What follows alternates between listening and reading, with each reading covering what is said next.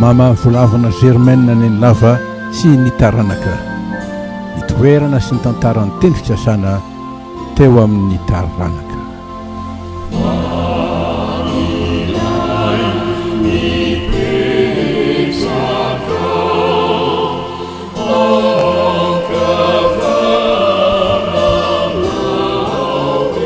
Famirapiratan'ny ataon'ny Dada Bruno Rabarihoela, mpikaroka mpampianatra.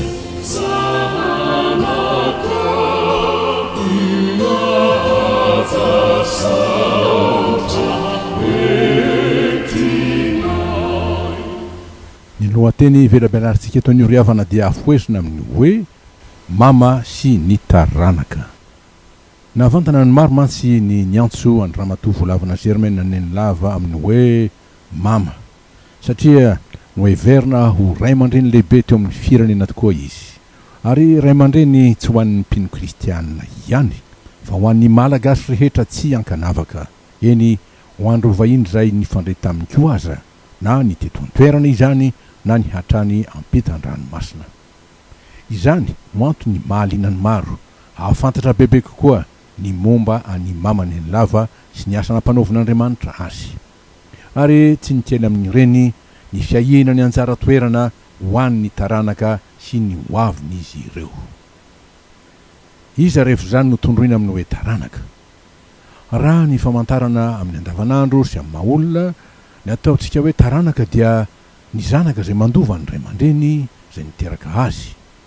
Ary ao amin'ny firenena dia ireo mandova ireo zoky olona izay loharan'ny poirana angadina nanana, ireo no antsointsika hoe solofo dimbin'ny ala, ny taranaka izany vato nasondrotry ny tany ho avin'ny firenena.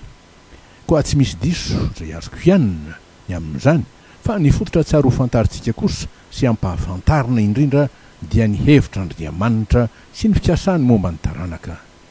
Inona sy manao mahoana ny fanambarany soratra masina momba ny taranaka. Ny soratra masina dia manondro ny taranaka ho ireo olona mandova ny teny fikasana. Ho amin'izany dia hoy ny apôstôly Petera tamin'ny vahoaka Israely ny haino azy manao hoe amin'ny anaran'ny Tompo, fa ny teny fikasana dia ho anareo sy ny zanakareo, ary ho an'izay rehetra lavitra na iza antsoin'i Jehova Andriamantsika hanatona azy. Asan'ny apôstôly toko 2:7. Ary ny amin'izany dia voasoratra hoe tsy ny zanaky ny nofo no zanak'Andriamanitra, fa ny zanaky ny teny fikasana no isaina ho taranaka. Hoy Paoly ao amin'ny epistily ho an'ny Romanina toko 7:5, dia taranaka sady nateraky ny teny fikasana no nataon'Andriamanitra handova ny teny fikasana ihany koa.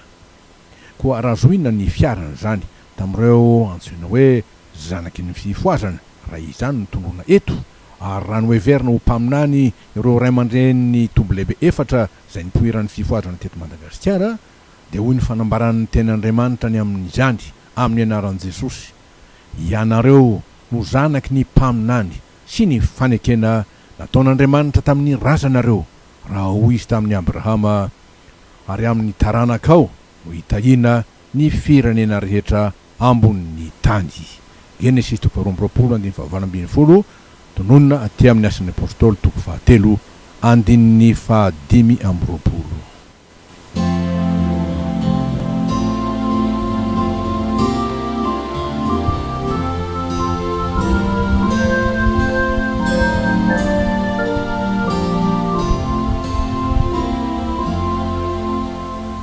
Manahoana rehefa izany no nafantarana ny anjara toerana ny taranaka teo amin'ny Mama Nenilava sy ny asan'Andriamanitra izay nampanaoviny azy. Araka ny fantatsika dia ny boky Isaia mpaminany amin'ny toko 4:5 no tenin'Andriamanitra izay nomeny Jesosy an'ny Mama Nenilava ho fanorenana ny fiantsoana azy, ny asany sy ny fiainany. Ary dia voakasika mivantana amin'izany indrindra koa ny taranaka izay zanaka natsangan'Andriamanitra tamin'ny alalany. Io no andeha hodinitsika fofoy amin'ny alalan'izao firatetana na famirapiratan'ny izao. Raha fintinina dia intelo miantaona no voateny ny momba ny taranaka ao amin'ny boky ny Isaia toko 4:5. Tonona amin'izany ny andinin'ny voalohany, manao hoe amin'ny anaran'i Jesosy, miobiry momba hianao zay tsy niteraka eny velomy ny hoby ka manandrata feo hianao zay tsy mba niezaza fa ny zanaky ny mpitondra tena dia maro noho ny zanaky ny manambady hoy Jehova.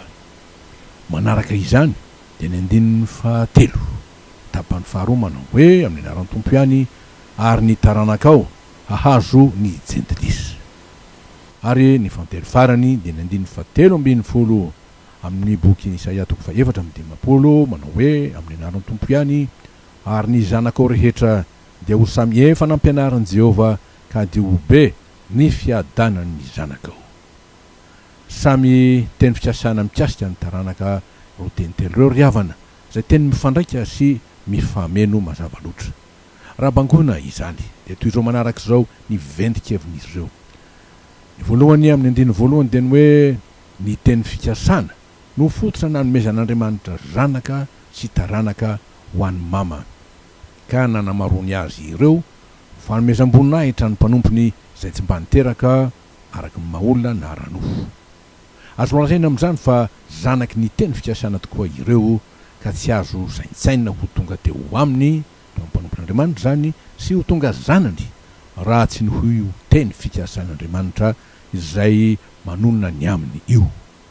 Ny faharoa amin'ny andininy fahatelo tapany faharoa ilazany hoe ary ny taranakao azo ny jentilisa dia azo lazaina fa ny teny fikasan'Andriamanitra ihany koa no manindry ny fitarany ambandany toerana sy fonenana ho an'ireo zanaka ireo eo anivon'ny fiarahamonina zay misy azy ka tonga azy ireo hanana zo sy anjara ary fahefana sy laza eo amin'ny manodidina azy araka ny voasoratra ihany koa manao hoe amin'ny anaran'ny tompo ny taranany ho fantatra any amin'ny jentilisa ary ny terany any amin'ny firenena.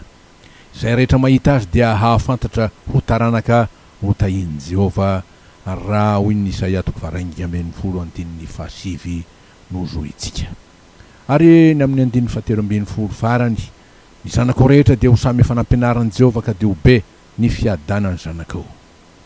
Teny maneho fampanantena mpitahiana lehibe ho an'ny taranaka tokoa izany dia fiadanana feno ka itenena azy ireo ho zanaky ny fiadanana dia olona nataon'Andriamanitra tsy horon zavatsoa fa nomeny ny fahafenona no ny fahasoavan'Andriamanitra zay maneho tokoa ny fitiavany azy ireo. Araka ny Jaona 1:9 araka ny teny voasoratra hoe fa tamin'ny fahafenon'ny Jesosy no nandraisantsika dia fahasoavana anampy fahasoavana. Raha fintinina izany dia izao no azo ambara ny am'ireo zanaky ny mpanompon'Andriamanitra ireo. Voalohany naorina sy natsangana tamin'ny alalan'ny teny fikasana zay nomen'ny tompo azy izy. Faharoa nitarina tamin'ny alalan'ny teny fikasana ny ambandain'ny fonenany sy ny asany. Ary ny fahatelo dia nampitoerina ao amin'ny fahasoavan'Andriamanitra izy noho ny teny fikasana ihany koa. Raha dinihina akaiky izy bebe koa ary ny votoatin-kevitry ny texte zay voasoratra eto dia azo fitipitinina toy izao manaraka izao hoe amin'ny anaran'ny tompo momba ny tiandiny voalohany averintsika indray amin'ny anaran'i Jesosy miobiry momba hianao zay tsy niteraka eny velomy ny omby ka manandrata feo hianao zay tsy mba niety jaza fa ny zanaky ny mpitondra tena dia maro noho ny zanaky ny manambady hoy Jehova. Inona moa no hevi-dehibe misongadina amin'izany ry havana ka tian'Andriamanitra ho tanterahina eo amin'ny mpanompo vaviny? Inona ny tiany homena azy? Ny valiny tsy mba zavatra hafa no nitondroiny ny teny toy ny hoe zavatry ny tany, vola, mankarena na koa zavatra avolenta amin'ny maolona, fahalalana, fahendrena, eny zava-panasy sy fahasoavana samihafa. Tsy izany voatondro meny fa taranaka. Ny momba ny taranaka avy hatrany no hita misongadina amin'ny fiandohan'ny ty tenin'Andriamanitra nomeny Jesosy ho amin'ny mamy ty Isaia 4:15 zany. Nomeny azy ireo ho fampiononana azy, nomeny azy tokoa ireo zanak'ireo hampionona azy, milaza fa tsy irery izy ny fahasoavan'Andriamanitra, ho fampifaliana azy, ho fiaingony eo amin'Andriamanitra, ho arenany ao amin'ny fanjakan'Andriamanitra ary ho voninahitra eo anivon'ny firenena zay misy azy ary nanangan'ny azy. Dia azo lazaina tokoa fa manana anjara toerana lehibe teo amin'ny fiainan'ny Mama Nenilava sy ny fiantsoan'Andriamanitra azy ny taranaka zay meny azy, ary tamin'izany dia nataon'Andriamanitra ho reny moan'ny maro tokoa izy, araka izao andinitsoratra masina voatondro zay mena antsika izao androany. Koa dia ho an'ny taranaka no nataon'Andriamanitra tokoa ho anisan'ny antony lehibe teo amin'ny fanompon'ny ty mpanompon'Andriamanitra ty sy ny fiaretany, mba azony miteny amin'ny tompo raha dray manao hoe amin'ny anaran'i Jesosy tompo, indreto izaho sy ireo zaza nomen'Andriamanitra ahy. Hebreo 2:17 manondro ny Isaia 9:20. Manaraka izany dia tsara raha maritsika fa matanjaka tokoa ny fampiraisanaina nataon'Andriamanitra tamin'ny mpanompony sy ireo zanany, ka nitenenany ray andro hoe tsy ho an'ny mpivady ihany. Nitenin'i Jesosy manao hoe izay nampiraisin'Andriamanitra dia aoka tsy ampysarahany olona, Mateo 7:21 io, fa ho an'ny mpianaka koa. Koa ny fantaniana rehefa zany dia ny hoe inona tokoa ny foto-kevitr'Andriamanitra zay iresahany ny momba ny taranaka avy hatrany, ka nomeza ny toerana lehibe azy teo amin'ny fiainany mpanompony sy ny fanompona zay ny tanterahany. Raha sitrapon'Andriamanitra ry havana, dia izany no velabelarintsika amin'ny tapany manaraka, koa dia mametraka vetivety ny mandra-piresaka indray ho tahin'ny tompo.